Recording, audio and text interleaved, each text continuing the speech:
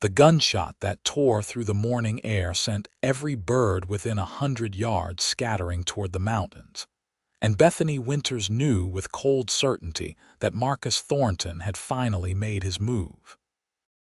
She stood on the wooden porch of the small cabin her father had built 10 years ago, watching 3 riders approach through the sagebrush and desert grass that stretched endlessly across the New Mexico Territory landscape. It was September of 1883, and the morning sun already burned hot against her skin. Chloride sat 5 miles to the west, a silver mining town nestled in the Black Range, and her homestead claim lay directly between Thornton's sprawling ranch and the richest water source, for 20 miles in any direction. Her father had died 6 months ago, leaving her alone at 23 years old with nothing but this 160 acres, a few head of cattle, and a legal claim that should have been ironclad. Should have been. But Marcus Thornton wanted her land, wanted the spring that bubbled up from the rocks on the eastern boundary, and he had made it clear through increasingly aggressive warnings that a woman had no business holding property he considered his by right of proximity and power. The riders pulled up 30 yards from her cabin, dust swirling around their horses' legs. She recognized all 3 men. Thornton himself sat astride a big bay gelding, his expensive Stetson and tailored vest marking him as someone who had money and wanted everyone to know it.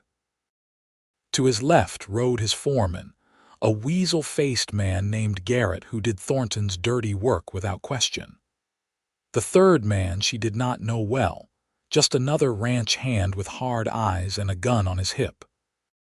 "Miss Winters," Thornton called out, his voice carrying false politeness that made her stomach turn.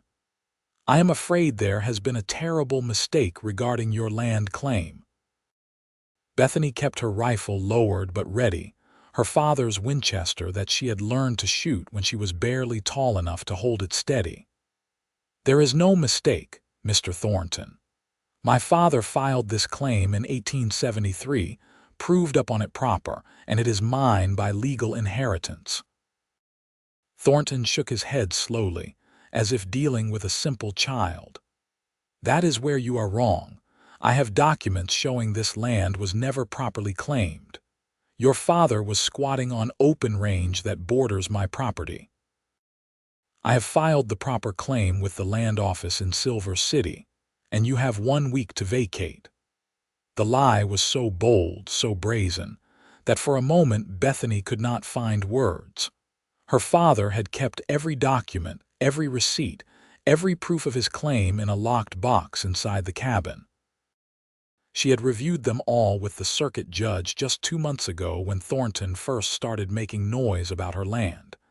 "You are lying," she said flatly. "Judge Morrison confirmed my claim is legal and binding." Something dangerous flickered across Thornton's face, the false politeness cracking. Judge Morrison is not in Chloride anymore. He had to leave rather suddenly due to health concerns. The new territorial magistrate is more understanding of how things work in this county. "You have 1 week, Miss Winters. After that, my men will remove you by force if necessary." He turned his horse without waiting for a response, and his men followed. But Garrett looked back over his shoulder, and the expression on his face promised violence. The implied threat hung in the air like the dust from their horses' hooves. Bethany waited until they disappeared over the rise before she allowed herself to shake. Her hands trembled as she set the rifle against the porch rail and sank down onto the wooden step. This was worse than she had feared. If Thornton had somehow gotten Judge Morrison removed or scared off, if he had a magistrate in his pocket, then legal documents might not matter anymore. She was one woman alone, and Thornton had money, men, and now apparently the law on his side. She needed help, but she did not know where to find it. Most people in Chloride either worked for Thornton or were too frightened to cross him. The few friends her father had known were miners and drifters, gone to other strikes or other territories. She had never felt so utterly alone.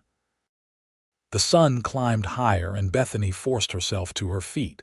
Sitting here in despair would not save her home. She went inside, pulled out her father's document box, and spread everything across the rough-hewn table. The original claim, filed in Silver City on March 15, 1873. The proof of improvements, listing the cabin, the well, the corrals. The final patent, signed by the territorial governor himself in 1878, granting full ownership. Everything was in order, everything was legal. But if the law had been bought, documents meant nothing. She was still staring at the papers when she heard a horse approaching. Her heart hammered as she grabbed the rifle and moved to the window. A single rider this time, coming from the direction of the mountains rather than Thornton's ranch. The man sat tall in the saddle, and even at a distance, she could tell he was not one of Thornton's men. He rode differently, moved differently, like someone more comfortable in the wilderness than in town. As he drew closer, she got a better look at him.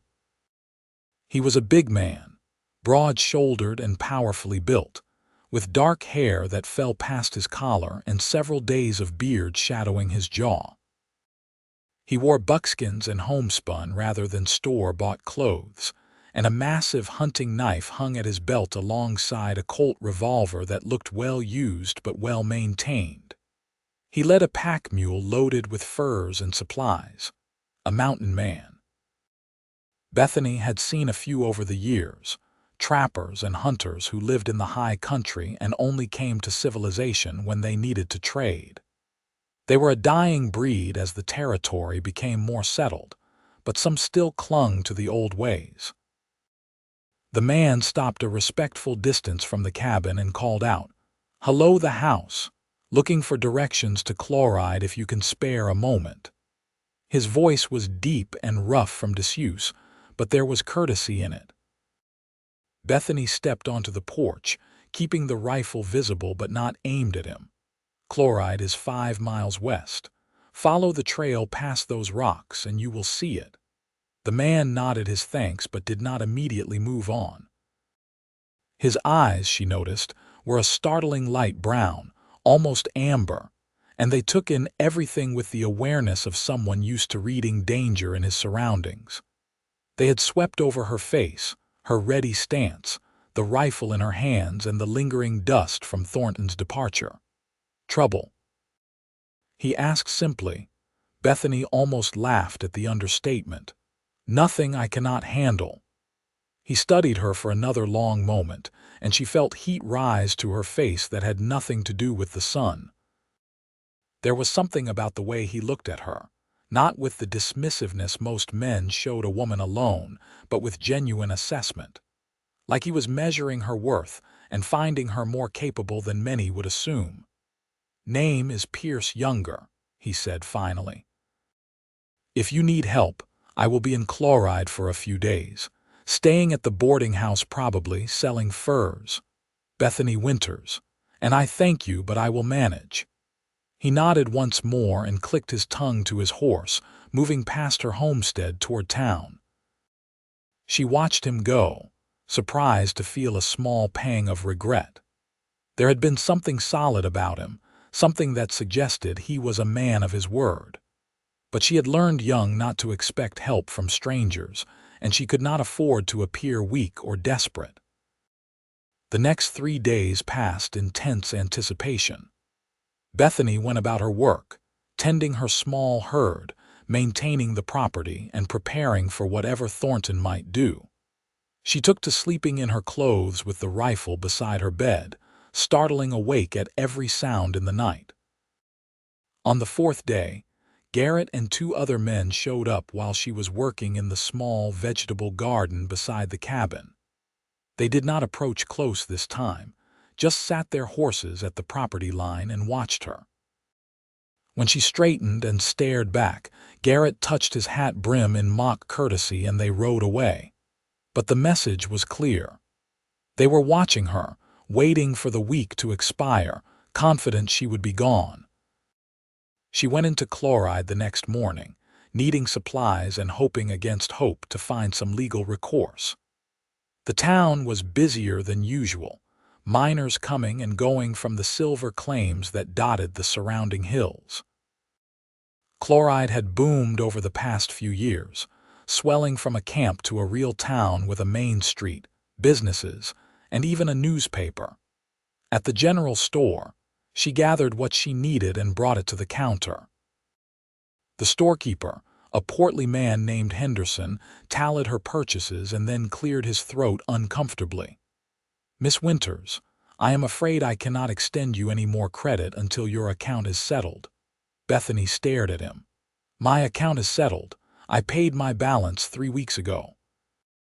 Henderson looked miserable. "There seems to be some confusion in my books. Shows here you owe $47. Understanding crashed over her like cold water. Thornton was tightening the screws, making life impossible for her in every way he could. She had the money her father left hidden in the cabin, but it was not much, and she needed to make it last. "This is Thornton's doing," she said quietly. Henderson would not meet her eyes. "I cannot speak to that, miss, but I have my own family to think about." She wanted to argue, to shame him for his cowardice, but what would be the point? He was as trapped as she was, in his own way. She counted out the money for her supplies plus the fraudulent debt, watching her safety margin evaporate. As she loaded her purchases onto her wagon outside, she heard a familiar deep voice. "That is a dirty trick, manufacturing debts." Pierce Younger stood a few feet away, leaning against the storefront with his arms crossed. Up close and in better light, she could see him more clearly. He was even larger than she had first thought, easily over 6 feet tall and built like a man who had spent his life doing hard physical labor. His shoulders strained against his shirt, and his forearms were corded with muscle. His face was weathered but handsome in a rugged way, all strong lines and sharp angles. The beard could not hide a jaw that looked carved from granite. His hair was indeed long, falling in dark waves that he had tied back with a leather cord. "Were you listening to my private business?" she asked, more sharply than she intended. "Hard not to hear it. Store is not that big." He pushed off the wall and moved closer. "Saw those riders at your place the other day. Watched them watching you yesterday, too. I was hunting in the hills. And what concern is it of yours?" He tilted his head slightly, considering the question. "Maybe none. But I do not like seeing people getting pushed around by those with more power. Seen too much of it in my life." Despite herself, Bethany felt her anger deflate slightly. There was no judgment in his voice, no condescension. Just a simple statement of fact and principle. "Marcus Thornton wants my land," she said. "Claims my father's homestead was never legal, even though I have all the proper documents. He has scared off the judge who knew the truth and apparently has the new magistrate in his pocket. Now he is giving me a week to leave or he will remove me by force." Pierce's expression darkened. "Thornton. Big ranch south of here. That is him. Heard some talk about him in town. Seems he owns a lot more than just his ranch." Bethany laughed bitterly. "He owns most of this county one way or another. I am just one woman standing in the way of what he wants." Pierce was quiet for a long moment, those amber eyes studying her face. "You plan to fight. I plan to stand on my legal rights and my father's memory. Beyond that, I do not know." He nodded slowly as if she had passed some test. "Your father, he built that cabin himself. Yes, cleared the land, dug the well, everything. Then it is worth fighting for." He glanced toward the general store, where Henderson was visible through the window, nervously watching them. "But you will need someone to stand witness that your claim is legitimate. Someone Thornton has not bought or scared." Hope fluttered in Bethany's chest, fragile and uncertain. "And where would I find such a person?" Pierce met her eyes directly. "You already did." Over the next week, Pierce Younger became a constant presence at Bethany's homestead. He set up his camp a respectful distance from her cabin, among the cottonwoods near the spring, and made himself useful in ways she had not expected. He repaired the corral fence that had been sagging, helped her move the cattle closer to the cabin where she could watch them better, and used his considerable strength to shift a boulder that had been blocking the drainage from her well. He did not talk much, but she learned to read his silences and the occasional comments he did make. He had been born in Missouri, drifted west after his parents died when he was 16, and had lived in the mountains ever since. He was 30 years old, had fought in skirmishes with hostile tribes and outlaw bands, and preferred the company of animals to most people. He had seen too much casual cruelty in civilized places, and found the wilderness more honest. What she also learned was that his presence seemed to give Thornton's men pause. When they came by to harass her, which they did daily now, they stayed even further back when they saw Pierce working around the property. He had a reputation, she discovered. Mountain men were known to be tough, but Pierce had built a name in certain circles as someone exceptionally dangerous when pushed. There were stories about a fight in Taos, a tracking job for the army that had gone bad, things he never spoke of but others whispered about. On the 8th day after Thornton's ultimatum, the confrontation came. Bethany was working in the cabin when she heard horses, many horses. She grabbed her rifle and ran outside to find Thornton arriving with 8 men this time. They fanned out in a semicircle, blocking any escape. Thornton sat in the center, looking smug and confident. "Your time is up, Miss Winters.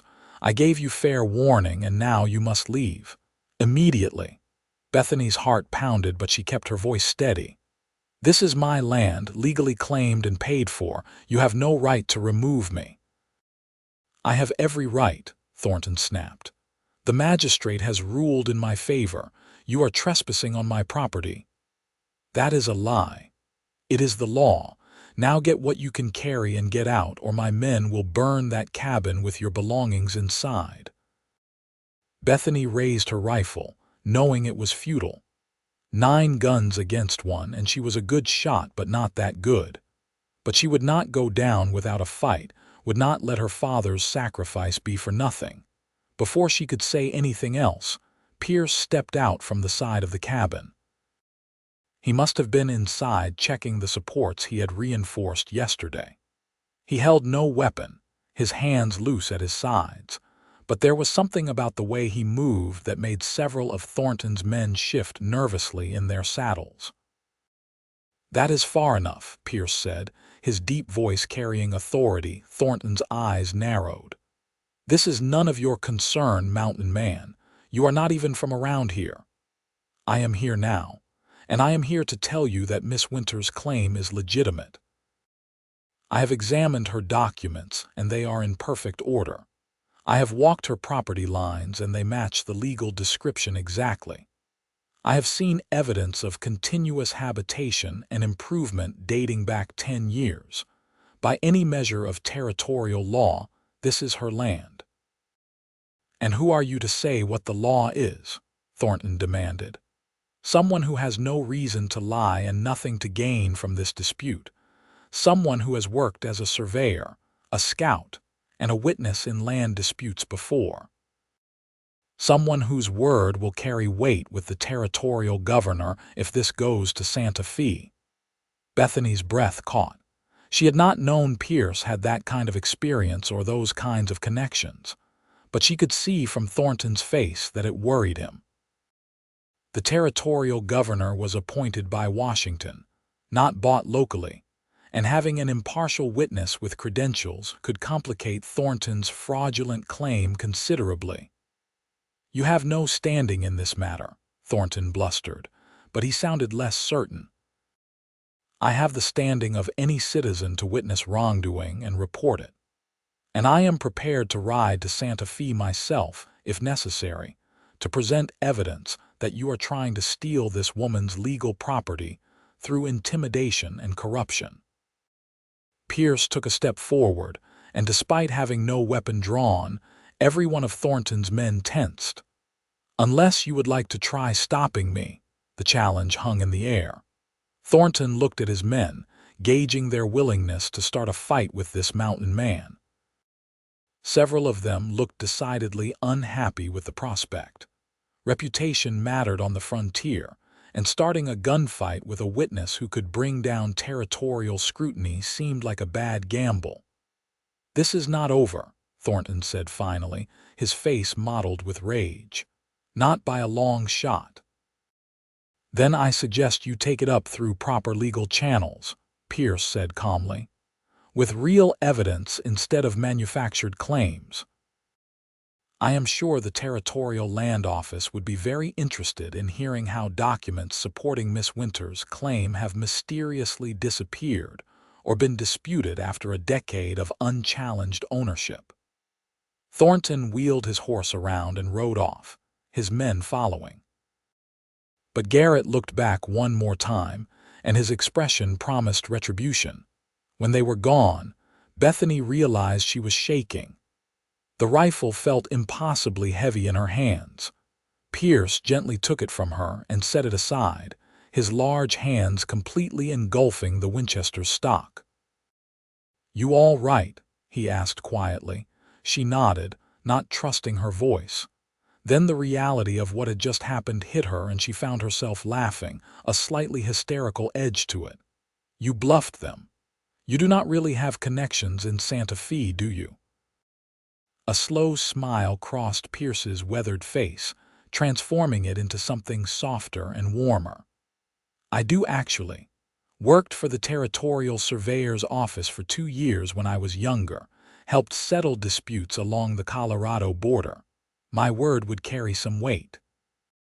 "But would you really ride all the way to Santa Fe for me?"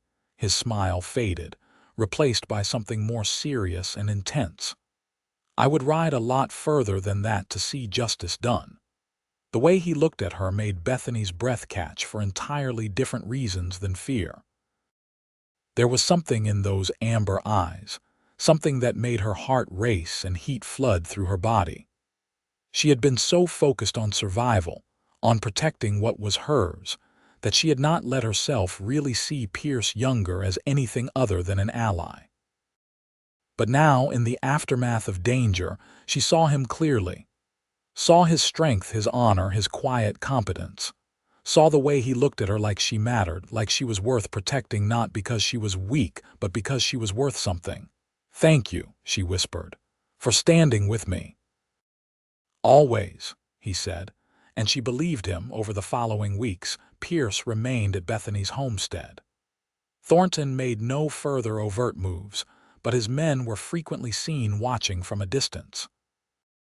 Pierce taught Bethany better defensive positions around her property, helped her stockpile supplies in case of siege, and reinforced the cabin's walls and shutters. But more than that, he became a companion she had not known she needed.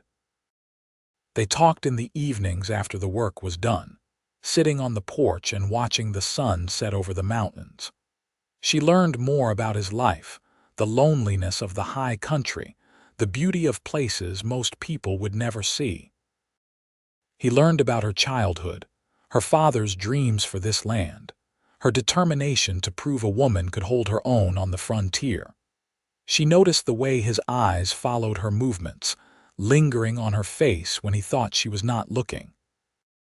She noticed the care he took not to crowd her, to always maintain a respectful distance. She noticed how her pulse quickened when he came near, how she found excuses to work alongside him, how she had started putting her hair up more carefully in the mornings. One evening in late October, as the air turned crisp with the approach of winter, they were sitting on the porch when Pierce suddenly stood and moved to the rail, his whole body tensing. "What is it?" Bethany asked, rising quickly. "Smoke. Too much smoke." He pointed to the southwest, where a red glow was visible against the darkening sky. "That is coming from the direction of chloride." They watched in growing horror as the glow intensified, A fire in town, a bad one by the look of it. In a mining town full of wood frame buildings, fire was everyone's nightmare. I have to go help, Bethany said immediately. Whatever her issues with some of the townspeople, they were still her neighbors. Pierce nodded. We will both go, but stay close to me. If this is a distraction to get you away from your land, I want you within reach. They saddled horses quickly and rode hard for Chloride. The fire was indeed bad, a blaze that had started in the dry goods store and spread to 3 adjacent buildings. The whole town was out fighting it, bucket brigades forming from the well and creek, men climbing on roofs to stop the spread. Bethany and Pierce threw themselves into the effort. Pierce's strength was invaluable, hauling water faster than 2 normal men and helping tear down a shed to create a fire break. Bethany worked alongside the other women, organizing supplies and tending to those overcome by smoke. It took 4 hours to get the fire under control. By then, 3 buildings were completely destroyed and 2 others heavily damaged. Miraculously, no one had died, though several people had burns and injuries from smoke inhalation.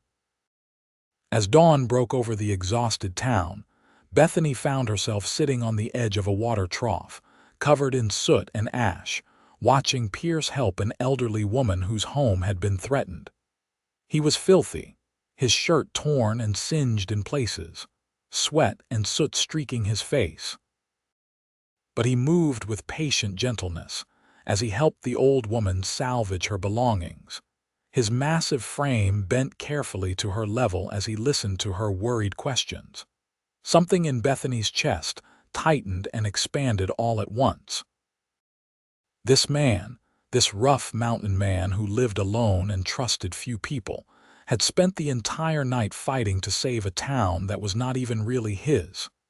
He had done it without hesitation, without thought of reward or recognition. He had done it because it was right. She was falling in love with him. The realization should have terrified her, should have felt like a vulnerability she could not afford. Instead, it felt like coming home, like something that had been inevitable from the moment he rode up to her cabin asking for directions. As if sensing her gaze, Pierce looked up and met her eyes across the smoky street. Even exhausted and filthy, even with dawn light harsh on his weathered face, he was the most beautiful thing she had ever seen. He started toward her, and she rose to meet him. "You all right?" he asked, reaching out as if to touch her face, then stopping himself. "Yes, you," he nodded. Then, quietly, "We should get back to your place, make sure everything is secure." They rode back as the sun climbed higher, both too tired for much conversation. When they reached the homestead, everything was as they had left it. False alarm, or perhaps the fire had genuinely been an accident. Either way, the property was safe. Bethany dismounted and nearly collapsed, exhaustion hitting her all at once. Pierce was beside her instantly, his strong hands catching her waist, steadying her. "Easy," he murmured. "You have been up all night." She looked up at him, at his face so close to hers, and the words came out before she could stop them. "Stay, not just at your camp. Stay here, with me." Pierce went very still. "Bethany, I do not think you know what you are asking." "I know exactly what I am asking. I am asking you to stay, to be part of this place, this life, to be with me." She took a breath, finding courage she had not known she possessed. "I am asking because I love you," Pierce younger, "and I hope you might feel the same." His hands tightened on her waist, and she saw the war playing out on his face, longing and fear and hope all tangled together. "I am not an easy man," he said roughly. "I have lived alone so long I am not sure I remember how to be any other way. I am rough and uneducated and more comfortable in the mountains than anywhere civilized. I do not want civilized, I want you. I am 7 years older than you. I have nothing to offer but my hands and my skills and my protection. That is more than most men offer. You are the most honorable man I have ever known." She reached up, cupping his face with her soot-stained hand. "I am not asking you to be anything other than who you are. I am just asking you to be that here with me." Pierce closed his eyes, leaning into her touch like a man starved for affection. When he opened them again, the amber had gone molten. "I fell for you the moment I saw you on that porch, rifle in hand, ready to fight the world alone. I have been yours since that moment, even if I was too scared to admit it." He kissed her then, and it was nothing like Bethany had imagined a first kiss would be. It was not gentle or tentative. It was fierce and desperate and claiming, his hands sliding from her waist to her back, crushing her against his solid body.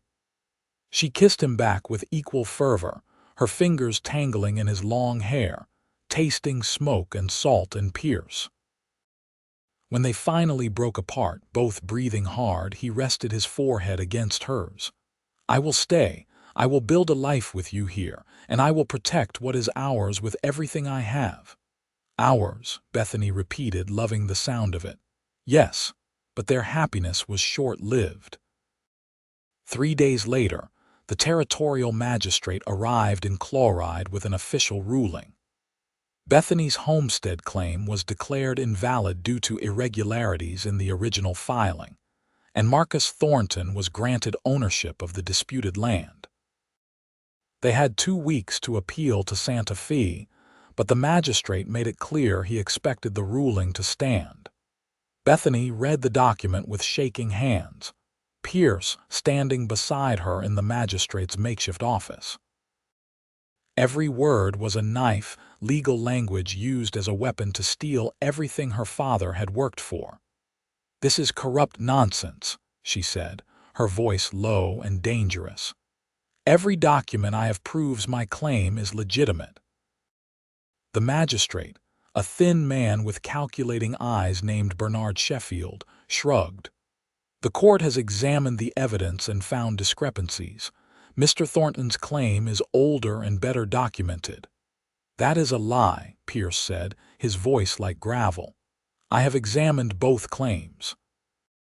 Hers is airtight, his is fabricated." Sheffield's expression hardened. "Are you calling this court corrupt, Mr. Younger? I am calling you bought. There is a difference." For a moment, Bethany thought Sheffield might call for the marshal. But Pierce stood there, arms crossed, radiating such quiet menace that Sheffield seemed to think better of it. "You have 2 weeks to vacate," Sheffield said stiffly. "After that, the law will enforce the court's ruling." Outside, Bethany wanted to scream her frustration. But Pierce took her hand, his grip strong and grounding. "We are going to Santa Fe," he said. "We are going to take this to the territorial governor himself if we have to, but we are not giving up." The journey to Santa Fe took 4 days of hard riding. They brought every document Bethany had, plus a written statement from Pierce detailing what he had witnessed, and his expert opinion on the legitimacy of her claim. They also brought affidavits from 2 miners who remembered helping Bethany's father build his cabin, and a letter from a store owner in Silver City who had sold him supplies for the homestead back in 1873. Santa Fe was a revelation to Bethany, who had never been further than Silver City. The territorial capital was a mix of old Spanish architecture and newer American buildings, bustling with commerce and government. Pierce navigated it with surprising ease, calling in favors and using contacts Bethany had not known he possessed. It took 3 days of waiting and paperwork before they were granted an audience with an assistant to the territorial governor. The meeting was in a proper office with polished wood and legal books lining the walls. The assistant, a young attorney named Harrison who looked barely older than Bethany, listened to their case with growing interest. "This is quite damning," Harrison said, reviewing the documents. "If what you are saying is true, if this magistrate ruled against clear evidence, that is a serious matter. "It is all true," Pierce said. "I stake my reputation on it." Harrison looked up, studying Pierce with sharp eyes. Pierce younger. "You worked with Samuel Torres on the Colorado survey, did you not?" "I did. For 2 years. Samuel speaks highly of you, says you are the most honest man he knows." Harrison tapped the documents. "That carries weight. Let me take this to the governor." "It may take some time, but if there is merit here, we will investigate."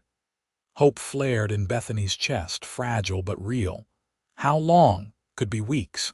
Could be months. Government moves slowly. Pierce leaned forward.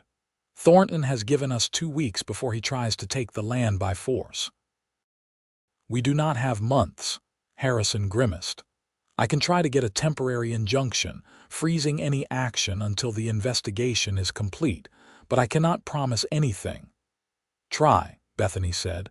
"Please." They left the office with no guarantees but more hope than they had arrived with. Pierce found them a room at a modest hotel, and Bethany was too exhausted to worry about propriety. They were together now, and she trusted him completely. That night, lying in a real bed for the first time in weeks, Bethany found herself unable to sleep. Pierce sat in a chair by the window, keeping watch as if even here they might be under threat. His profile was striking in the moonlight, all hard angles and masculine strength. "Pierce," she called softly. He turned immediately. "Something wrong, come to bed. You need rest too." He hesitated, and she realized he was trying to be honorable, trying not to presume. She sat up, holding out her hand. "Come to bed," she repeated. "Please, I do not want to be alone." He crossed the room and sat on the edge of the bed, taking her hand in both of his. His hands were huge and calloused, capable of such strength, but holding hers with infinite gentleness. "When this is over," he said quietly, "when your land is secure and Thornton is dealt with, I want to marry you proper, with a preacher and witnesses and everything legal." Joy bloomed in Bethany's chest. "Yes, absolutely yes," he smiled, that rare soft expression that transformed his face. "Good, because I am not letting you go now that I found you."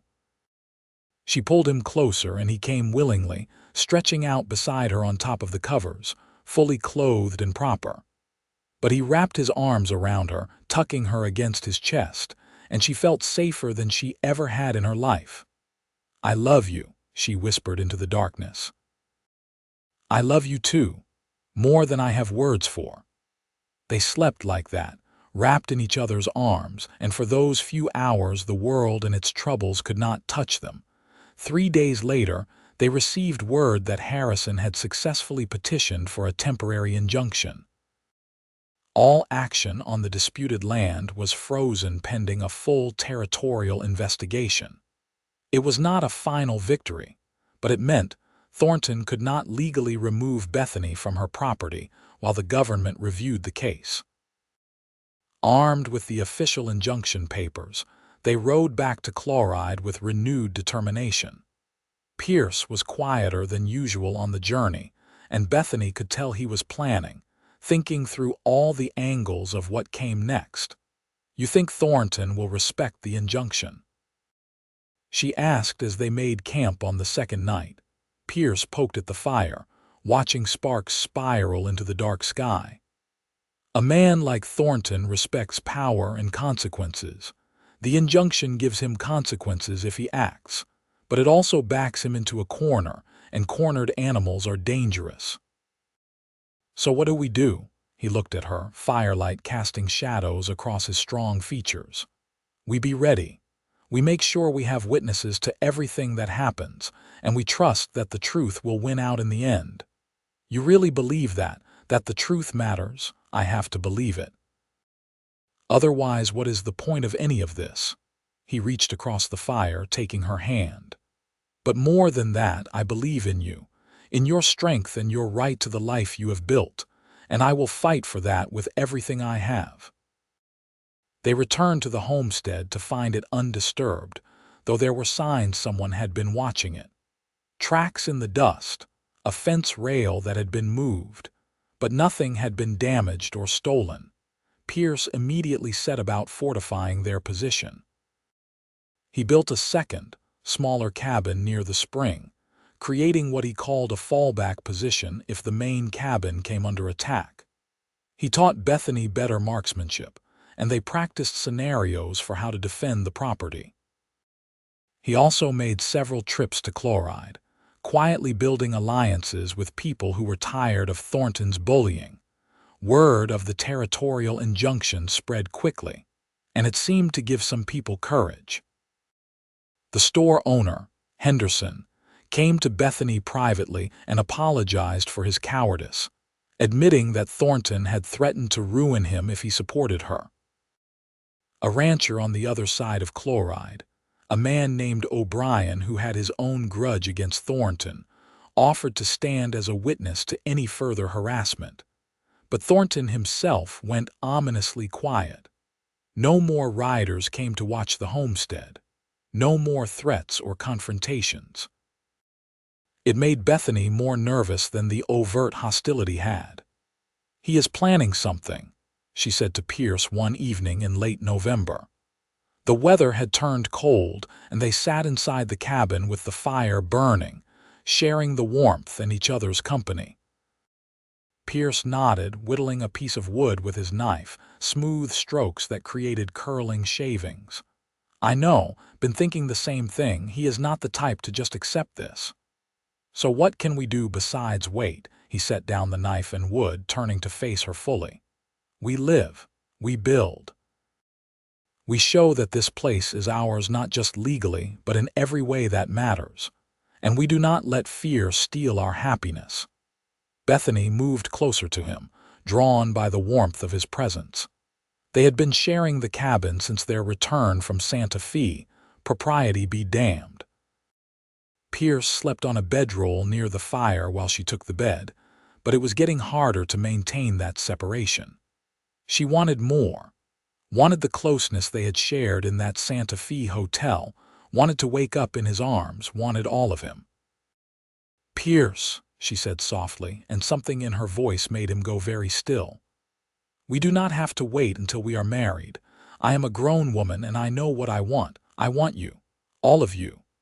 His eyes darkened, desire and restraint warring visibly on his face. "Bethany, I do not want you to regret anything." "I could never regret you." She reached out, tracing the line of his jaw.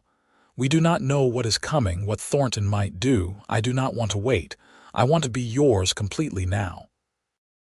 Pierce caught her hand, pressing a kiss to her palm that sent shivers through her entire body. "You are sure?" "I have never been more sure of anything." He rose in one fluid motion, pulling her up with him, and then he was kissing her with all the pent-up passion and longing of weeks of restraint. His hands moved over her body, learning her curves through the fabric of her dress. She pressed herself against him, feeling the solid strength of his muscled frame, wanting to be closer still. He lifted her as if she weighed nothing, carrying her to the bed, and Bethany had one moment of nervousness before his gentle touch chased it all away. He undressed her slowly, reverently, his rough hands careful on her skin. She helped him out of his own clothes, marveling at the expanse of his chest, the powerful muscles that rippled under scarred skin. He was beautiful in a raw, masculine way, all hard planes and contained strength. When they came together, it was with tenderness and passion intertwined, Pierce careful of his strength, Bethany bold in her desire. They learned each other's bodies, each other's pleasure, and when they finally lay tangled in the blankets, both breathing hard and sated, Bethany felt complete in a way she never had before. Pierce held her close, his large hand splayed possessively across her stomach, his breath warm against her hair. "Mine," he murmured, and she smiled. "Yours, and you are mine." "Always," he promised, and she believed him. December brought the first snows to the high country, dusting the mountains white while the desert below remained mostly clear. Bethany and Pierce settled into a rhythm of life together, working the homestead side by side. He proved invaluable in ways beyond just protection. He knew how to track game and supplement their food stores. He could repair anything that broke. He read weather patterns and warned her about coming storms before the clouds even appeared. But more than that, he was a partner in the truest sense. He listened to her ideas about the ranch and offered suggestions rather than commands.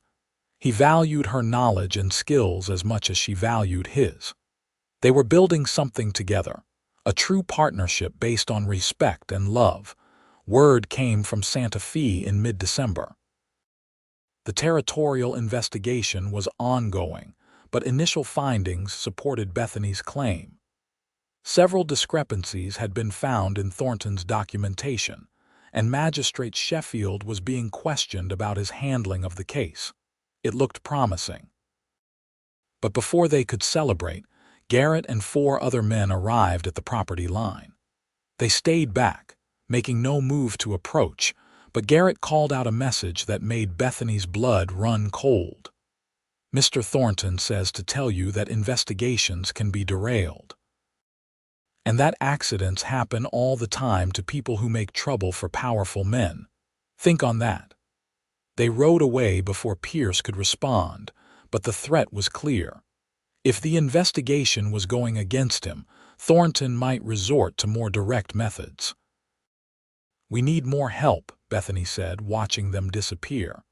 "Just the 2 of us cannot watch this place day and night." Pierce nodded grimly. "I will ride to some of the other ranches, see who is willing to stand with us. O'Brien for sure. Maybe some of the miners who are not beholden to Thornton's money." Over the next week, Pierce quietly assembled what amounted to a volunteer guard, 5 men who were willing to take shifts watching the homestead, ensuring that any action Thornton took would have witnesses. O'Brien, a tough Irishman with his own grievances, took charge of organizing the schedule. 2 miners, brothers named Caleb and Jonas Murphy, signed on. A retired cavalry sergeant named Thomas Morton, who had settled near Chloride, offered his services. And surprisingly, Henderson, the store owner, showed up with a rifle and a sheepish apology. "I have been a coward too long," Henderson said. "Time to stand for what is right." With these men rotating watches, the homestead became much more secure.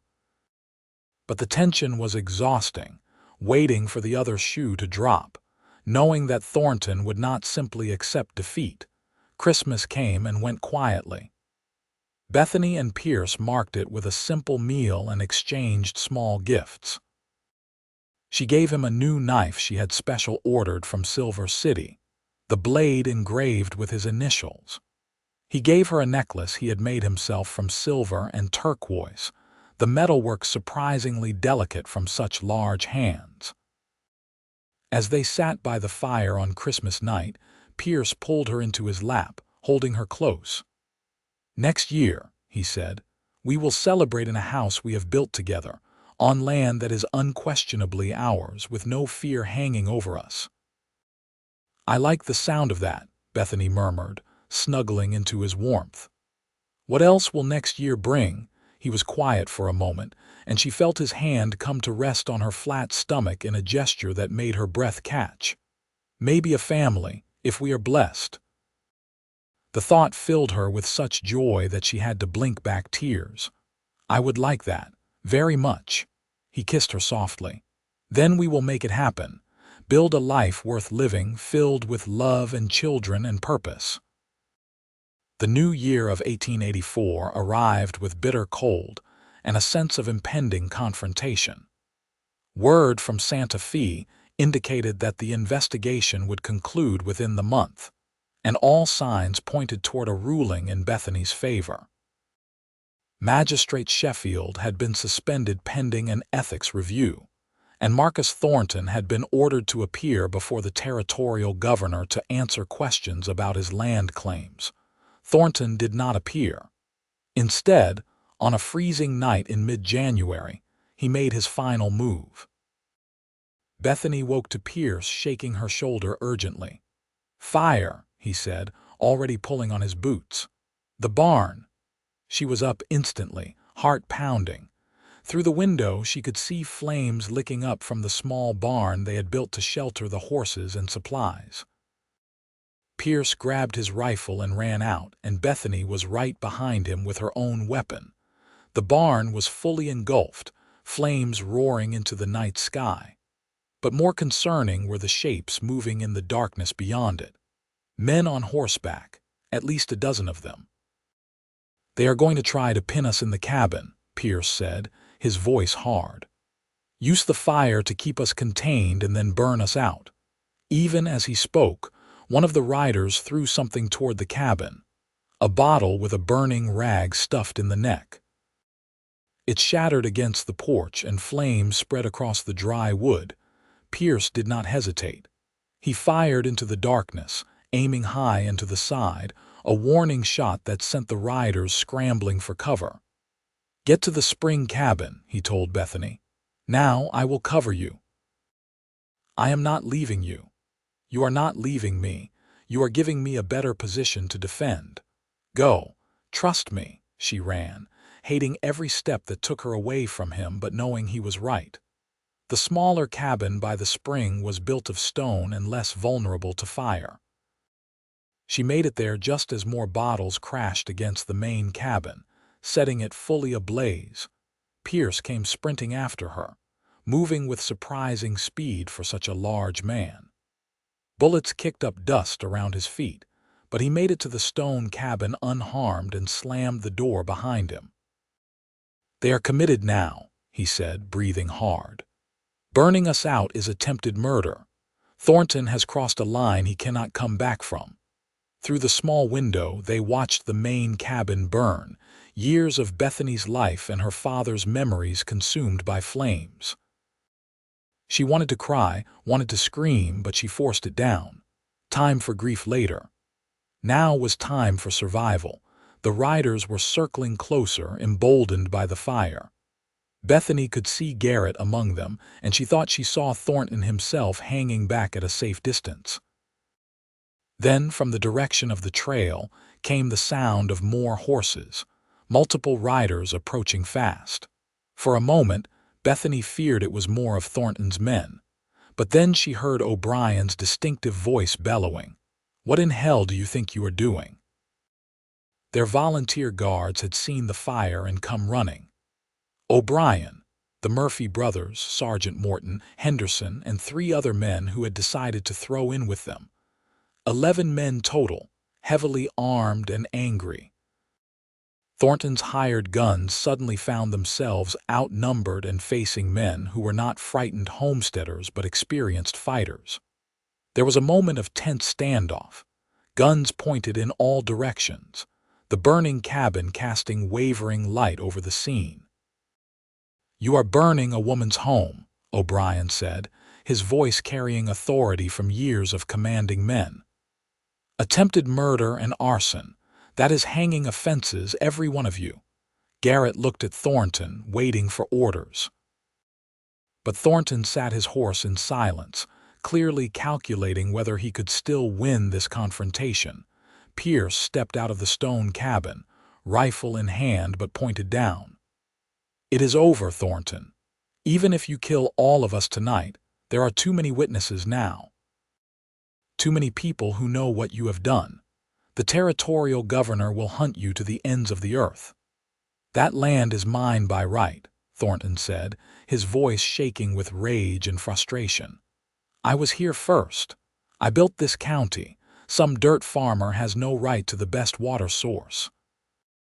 "My father earned this land legally," Bethany said, stepping out beside Pierce. The sight of her home burning behind her filled her with fury that burned hotter than the flames. "You are a thief and a liar, and everyone knows it now." Thornton's face twisted with impotent anger. He looked at his men, saw their uncertainty, and seemed to realize he had lost. "This is not over," he said, but it sounded hollow. "Yes, it is," Pierce said flatly. "Ride away now and maybe you can salvage something. Stay and fight and we all go down together. Your choice." For a long moment, The outcome hung in the balance. Then Thornton wheeled his horse and rode off into the darkness. Garrett and the others followed, leaving only the burning cabin and the circle of armed men standing in the firelight. O'Brien lowered his rifle. That was too damn close. Bethany sagged against Pierce, exhaustion and relief hitting her all at once. He wrapped one arm around her, holding her up, his strength the only thing keeping her on her feet. The main cabin burned to the ground that night. They saved what they could from the barn, but most of the structure was destroyed. Standing in the dawn light, surveying the damage, Bethany felt tears finally come. 10 years of work, she whispered. My father's life, all gone. Pierce turned her to face him, his large hands cupping her face, forcing her to meet his eyes. Buildings can be replaced. You are alive. I am alive. We still have this land and we still have each other. That is what matters. But everything is destroyed. Then we build it again. Better and stronger together. He kissed her forehead, her cheeks, her lips. This land is still ours, Bethany. The papers, the proof, I have copies locked in a safe in Silver City. Thornton burned wood and belongings, but he did not burn your claim. You are still the rightful owner. The words penetrated her grief, bringing a spark of hope. He was right. The land itself was still here, still legally hers. Buildings could be rebuilt. The territorial investigation concluded 3 weeks later with a ruling completely in Bethany's favor. Magistrate Sheffield was removed from office and faced criminal charges for corruption. Marcus Thornton was fined heavily, lost his fraudulent claim to Bethany's land, and faced civil penalties for the arson attack. Several of his hired men, including Garrett, were arrested for attempted murder and arson. Thornton himself left New Mexico Territory shortly after the ruling, abandoning his ranch to creditors and fleeing to parts unknown. Rumors said he went to Texas, others said California. Bethany did not care as long as he was gone. With the legal battle finally over, Pierce and Bethany threw themselves into rebuilding. With help from O'Brien and the others who had stood with them, they constructed a new cabin larger and sturdier than the first. Pierce designed it with an eye toward the future, creating space for a growing family. They married in April of 1884, on the first warm day of spring, standing on their land with the mountains rising behind them. A circuit preacher performed the ceremony, and half of Chloride turned out to witness it. Bethany wore a simple dress of pale blue, and Pierce had trimmed his beard and tied back his long hair, but he still looked like what he was, a mountain man who had found something worth staying civilized for. When the preacher pronounced them husband and wife, Pierce kissed her with such tenderness and joy that Bethany felt her heart might burst. This man, this strong and honorable man, was hers, and she was his, forever. The months that followed were the happiest of Bethany's life. They worked the land together, building the ranch into something prosperous. Pierce's knowledge of the mountains helped them find new grazing areas for their growing herd.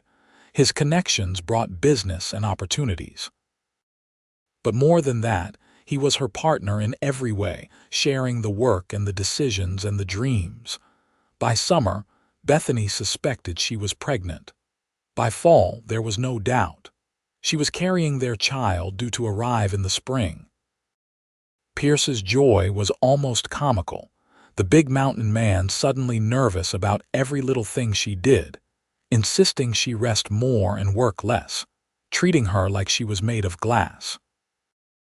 "I am pregnant, not broken," she laughed one day when he tried to lift a water bucket she had carried hundreds of times before.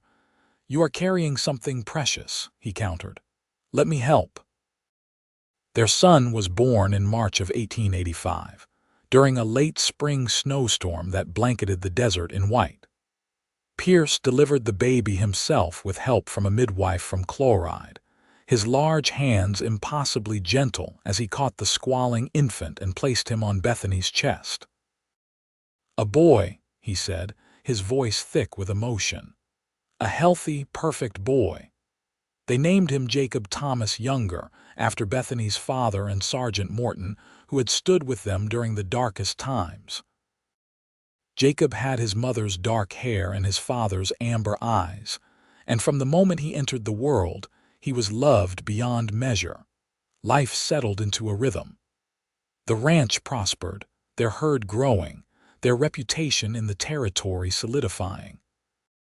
Pierce took on occasional work as a tracker and wilderness guide, sharing his knowledge with newcomers and helping the territorial survey with difficult boundary disputes. But he always came home to Bethany and Jacob, never staying away longer than necessary. 2 years later, they had a daughter. Sarah arrived on a bright summer morning, easier than Jacob's birth, with a head full of blonde hair and her father's stubbornness. Pierce was utterly besotted, the hard mountain man completely undone by his tiny daughter. Bethany watched him one evening, sitting in the rocking chair he had built, holding Sarah while Jacob played at his feet. The cabin was warm and full of life, the ranch outside thriving, the land secure. This was the life her father had dreamed of when he first filed his claim all those years ago. A home built on honest work and defended with courage. "What are you thinking?" Pierce asked, catching her watching him. "That I am the luckiest woman alive." He smiled, that soft expression that was reserved only for her and their children. "I am the lucky one. I spent 30 years alone in the mountains, and then I found you, found this. I did not even know I was lonely until I had something to compare it to." She moved to him, kissing the top of his head, breathing in the scent of him, pine and leather and home. "We found each other. Best decision I ever made, riding up to your cabin that day asking for directions. Best decision I ever made, not shooting you for trespassing," she teased. He laughed, the sound rumbling through his chest. Jacob looked up at the sound, grinning, and Sarah made a contented noise in her sleep. This was happiness, Bethany thought. Not the absence of hardship, but the presence of love and purpose and family. The years continued to pass, marked by the changing seasons and the milestones of their children's lives. Jacob grew tall and strong like his father, learning to ride and track and work the land. Sarah proved to be fearless and clever, equally comfortable helping her mother with household tasks or following her father into the wilderness to learn his skills. When Jacob was 10 and Sarah 8, they had another child, a second son they named Daniel. He was quiet where his siblings were loud, contemplative where they were active, with a gift for understanding animals that amazed even Pierce. The ranch expanded over the years, absorbing a neighboring claim when that homesteader decided to move on. Pierce built additional buildings, created better irrigation systems from the spring that had started the whole conflict, and developed a reputation for breeding quality horses. Bethany managed the business side, keeping accounts and negotiating contracts, proving herself as astute in commerce as she had been brave in defending her land. Chloride grew too, the silver boom continuing through the late 1880s.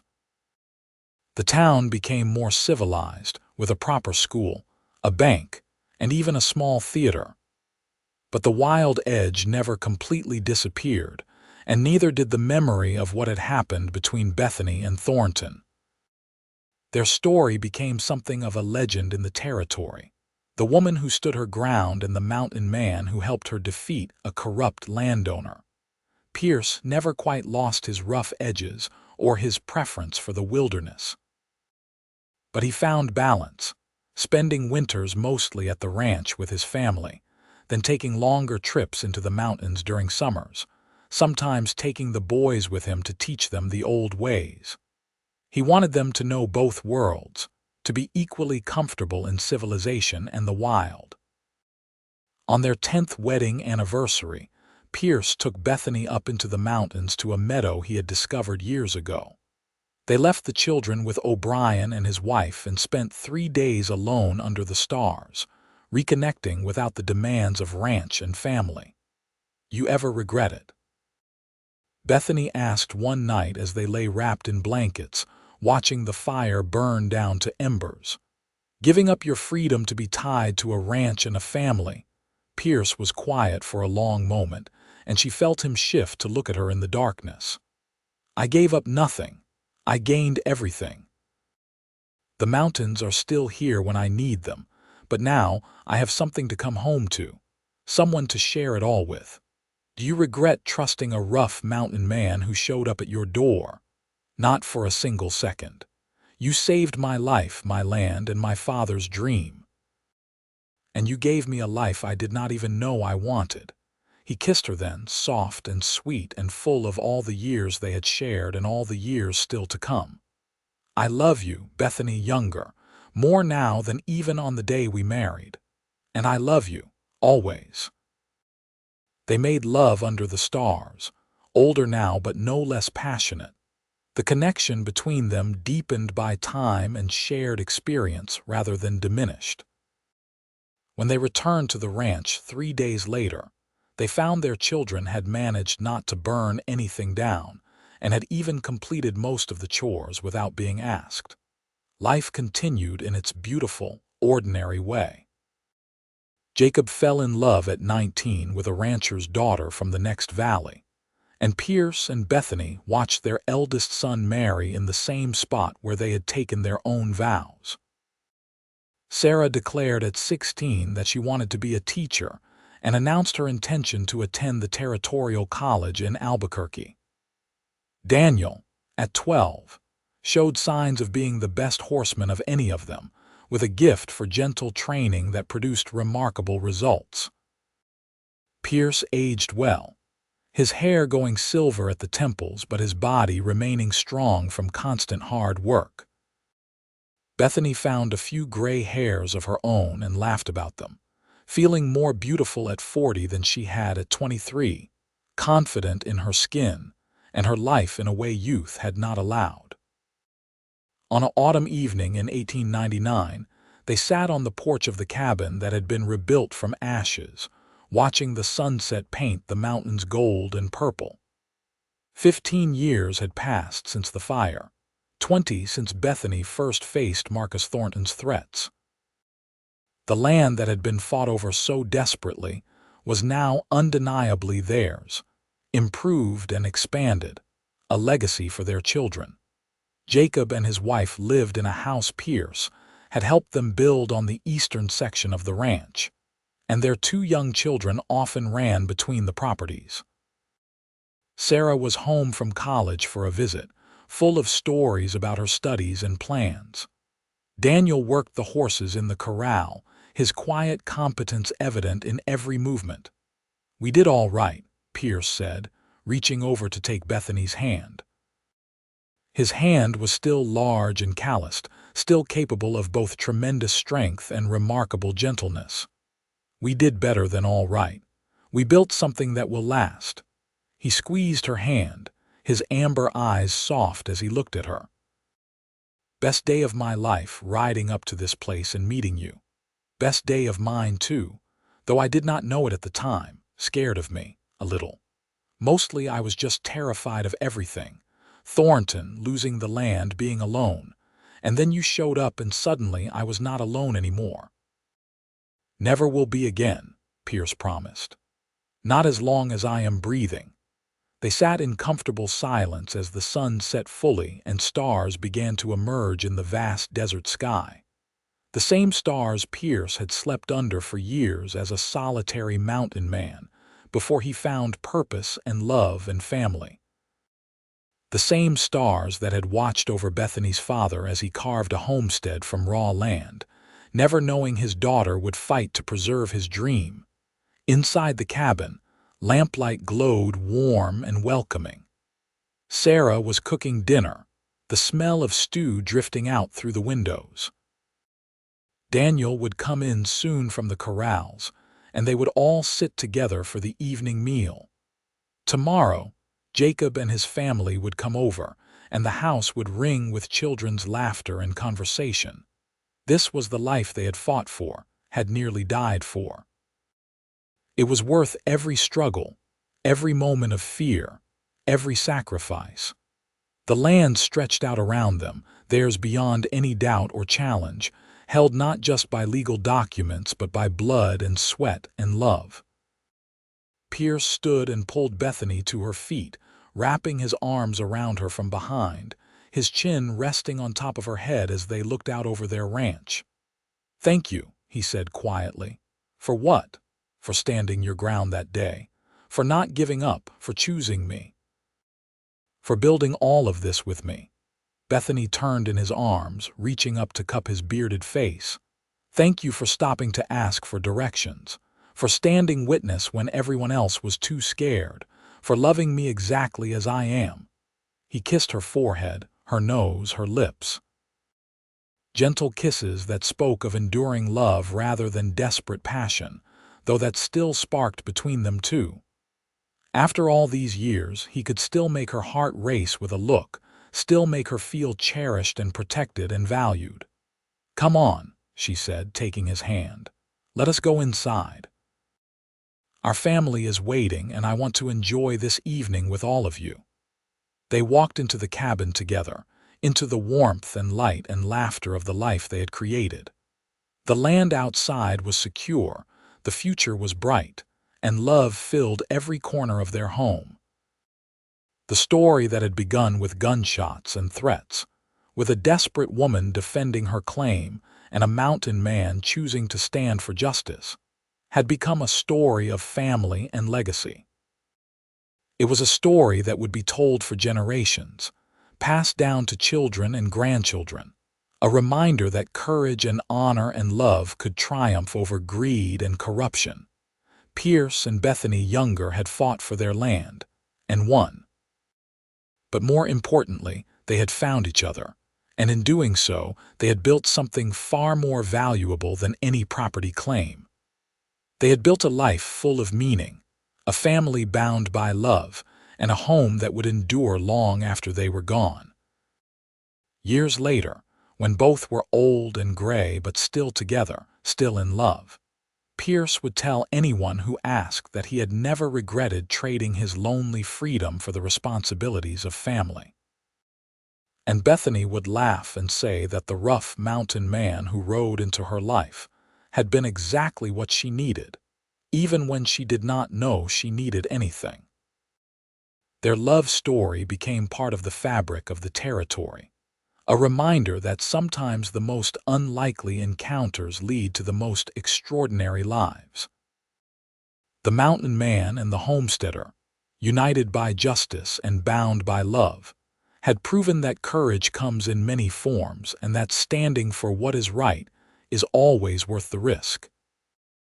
The land they fought so hard to protect passed to their children, and then to their children's children, each generation adding to the legacy while remembering the story of how it all began. The cabin was expanded and improved, but the stone cabin by the spring remained, preserved as a reminder of the night they stood together against overwhelming odds. Pierce and Bethany lived long lives, blessed with health and happiness, surrounded by family and friends. When Pierce finally passed at the age of 83, he died in the bed he shared with Bethany, holding her hand, his last words a whispered, "Love you always." Bethany followed him just 2 years later, her heart simply deciding it had beat long enough without its other half. They were buried on a hillside overlooking the ranch, side by side under a cottonwood tree Pierce had planted when Sarah was born. The headstone reads simply, "Pierce and Bethany Younger, partners in all things, together forever."